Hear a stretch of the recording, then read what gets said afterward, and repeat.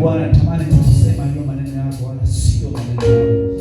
Basi Bwana, elimu yangu naiweka chini kabisa, na ufahamu wangu na akili zangu Bwana ziweka chini, bali nainua neno lako Bwana na kulisogeza mbele kwa majeshi. Kila mmoja Bwana nasema inuka uangaze, kwa maana nuru yako imetuzukia. Basi Bwana majeshi, ile nuru si bali nuru yako Kristo ambayo imenizukia katika maisha yangu. Ndio ambapo Mungu tunatamani kila siku nuru Bwana itangaze. Na tunasema tazama nuru yang'aa gizani wala giza halikuweza. Neno lako Bwana ndio taa yetu. Basi Mungu tuongoze kwa neema yako na rehema zako. Na Roho Mtakatifu nanyenyekea mbele zako, ninatamani unitumie kama vile ambavyo Mungu umepanga kunitumia siku ya leo Bwana. Ninakusihi Mungu kwa neema yako na rehema zako. Achia damu yako takatifu kwa kila mmoja mmoja katika kesi ya Bwana. Akapone kupitia neno hili Bwana majeshi. Akapate kuona mwangaza na njia mpya Bwana katika maisha yake. Katika jina la Yesu Kristo Nazareti. Roho Mtakatifu Bwana.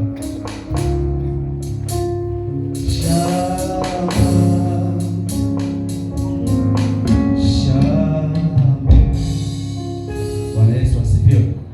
Haleluya. Bwana Yesu asifiwe. Jamani, wakati wa neno sio wakati wa kununa. Hebu mshike jina lako mkono. Mwambie usinune.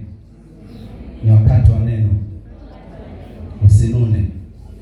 Mwambie usiniongeleshe. Mwambie usiniongeleshe. Shetani atakutumia.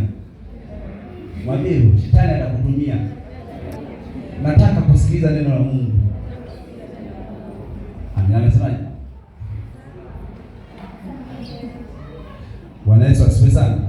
Kwa hiyo sasa urembo mmoja tunaupenda wa program tunasema nimelifanya uliloniambia, nijenge hema ya ukutani, si mimi na watu bali mimi nawe, ili tuzungumze tuongee.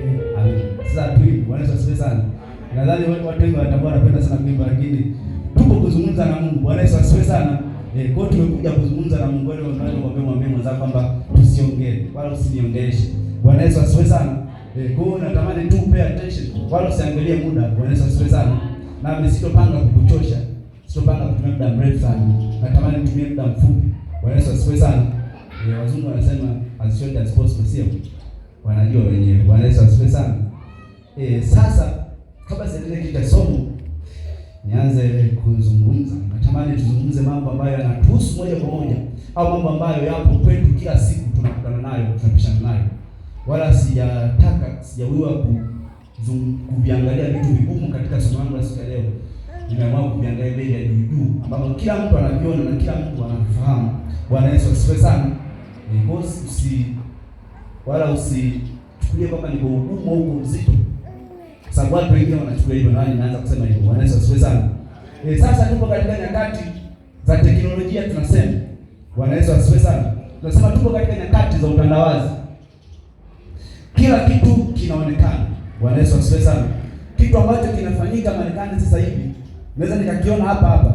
Yaani tunasema real time. Bwana Yesu asifiwe sana. Yaani nikaona live au kwa lugha nyingine tunasema kwamba wakati mwingine siabudu hapa.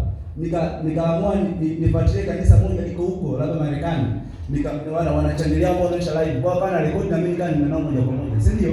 Na mambo yanawezekana, sio? Lakini pia naweza nikazungumza na mtu ambaye yuko sehemu mbali sana. Nikazungumza naye kitu tofauti, tukafanya hivi na hivi. Bwana Yesu asifiwe sana. Nikiongelea moja kwa moja tofauti na zamani.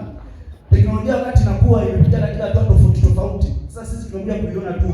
Ujue sisi wa Afrika ni vitu vingi ni mashamba, kwa sababu tumekuja kuviona vitu vimeshaendelea. Bwana Yesu asifiwe sana. Kwa maana kama simu za mkononi, wenzetu wale wanaweza simu za nanilia zile.